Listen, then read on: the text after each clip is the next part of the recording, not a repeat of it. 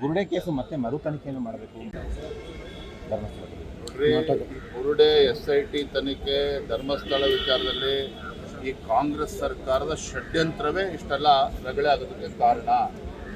ಅಂದಿನ ಮುಖ್ಯಮಂತ್ರಿಗಳು ಸ್ವತಃ ಅವರೇ ಆಸಕ್ತಿಯನ್ನು ವಹಿಸಿಕೊಂಡು ಹಾದಿಲಿ ಬೀದಿಲಿ ಹೋಗಿರ್ತಕ್ಕಂಥವ್ರನ್ನ ಮಾತನ್ನು ಕಟ್ಕೊಂಡಿದ್ದು SITಗೆ ಆದೇಶ ಮಾಡಿದ್ರು ಇಂದಿನ ಮುಖ್ಯಮಂತ್ರಿಗಳು. ಏನು ಕನಿಷ್ಠ ಪಕ್ಷ ಧರ್ಮಸ್ಥಳ ಅಂತ ಹೇಳಿದ್ರೆ ಕೇವಲ ಕರ್ನಾಟಕ ಅಲ್ಲ, ಇಡೀ ದೇಶದ ಮೂಲೆ ಮೂಲೆಗಳಿಂದ ಕೋಟಿ ಕೋಟಿ ಸಂಖ್ಯೆಯಲ್ಲಿ ಅಲ್ಲಿ ಭಕ್ತರು ಬರುವಂಥದ್ದು. ಅಂಥ ಒಂದು ಪವಿತ್ರ ಸ್ಥಳದ ಬಗ್ಗೆ SITಗೆ ಆದೇಶ ಮಾಡ್ತೇನೆ ಅಂತೇಳಿ ತೀರ್ಮಾನ ಮಾಡುವ ಮುಂಚಿತವಾಗಿ ಮುಖ್ಯಮಂತ್ರಿಗಳು ತಮ್ಮ ವಿವೇಚನೆಯನ್ನು ಬಳಸಬೇಕಾಗಿತ್ತು.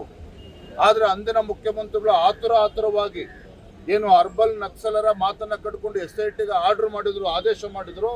ಇವತ್ತು ಕಾಂಗ್ರೆಸ್ ಸರ್ಕಾರಕ್ಕೆ ಇವತ್ತು ಅದು ಗಂಡಾಂತರ ತಂದುಬಿಟ್ಟಿದೆ. ಯಾರ ಮಾತು ಕಟ್ಕೊಂಡು ಇವತ್ತು ಇಲ್ಲಿ ಮುಖ್ಯಮಂತ್ರಿಗಳು ಆದೇಶ ಮಾಡಿದ್ರು. ನೂರಾರು ಕೋಟಿ ರೂಪಾಯಿ ಇದರಲ್ಲಿ ಅವ್ಯವಹಾರ ಆಗಿದೆ, ಲಂಚ ಕೊಟ್ಟಿದ್ದಾರೆ, ಇವರಿಗೆ ಅವ್ರ ಮೇಲೆ ಹಣವನ್ನು ಕೊಟ್ಟು ಸುಳ್ಳು ಹೇಳಿಕೆಗಳನ್ನು ನೀಡುವಂಥ ಕೆಲಸ ಆಗಿದೆ. ಯಾರು ಹೊಣೆ? ಕಾಂಗ್ರೆಸ್ ಸರ್ಕಾರವೇ ಇದನ್ನು ಹೊಣೆಯನ್ನು ಹೊರಬೇಕು. ಇದರಲ್ಲಿ ತನಿಖೆ ಮಾಡೋದಕ್ಕೆ ಏನೂ ಉಳ್ಕೊಂಡಿಲ್ಲ. ಒಬ್ಬ ಮುಖ್ಯಮಂತ್ರಿ ಸ್ಥಾನದಲ್ಲಿರ್ತಕ್ಕಂಥವ್ರು ಧರ್ಮಸ್ಥಳದ ವಿಚಾರದಲ್ಲಿ ಏಕಾಏಕಿ SIT ಕೊಡ್ತಾರೆ ಅಂತ ಹೇಳಿದ್ರೆ ಅವರ ಆಸಕ್ತಿ ಏನಿತ್ತು ಇದ್ರಲ್ಲಿ? ಹಾಗಾದ್ರೆ ಇದು ಇವತ್ತು ರಾಜ್ಯದ ಜನ ಕೇಳ್ತಾ ಇರ್ತಕ್ಕಂಥ ಪ್ರಶ್ನೆ. ಯಾವುದೇ ತನಿಖೆ ಅವಶ್ಯಕತೆ ಇಲ್ಲ.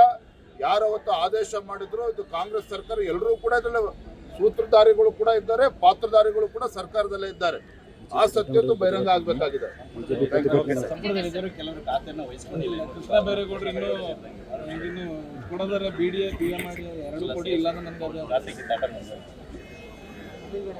ಇನ್ನೂ ಕೂಡ ಮಂತ್ರಿಮಂಡಲದ ವಿಸ್ತರಣೆ ಸಂಪೂರ್ಣವಾಗಿ ಆಗಿಲ್ಲ.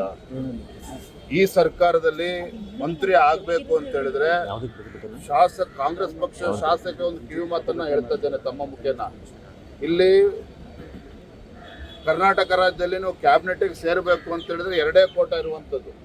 ಒಂದು ಮ್ಯಾನೇಜ್ಮೆಂಟ್ ಕೋಟಾ ಇದೆ, ಮತ್ತೊಂದು ಪೇಮೆಂಟ್ ಕೋಟಾ ಇದೆ. ಇವೆರಡು ಕೋಟಾದಲ್ಲಿ ಯಾವುದನ್ನು ಆಯ್ಕೆ ಮಾಡ್ಕೊಳ್ತಾರೆ ಕಾಂಗ್ರೆಸ್ ಶಾಸಕರು ಬಿಟ್ಟಿರುವಂಥದ್ದು. ಹಾಗಾಗಿ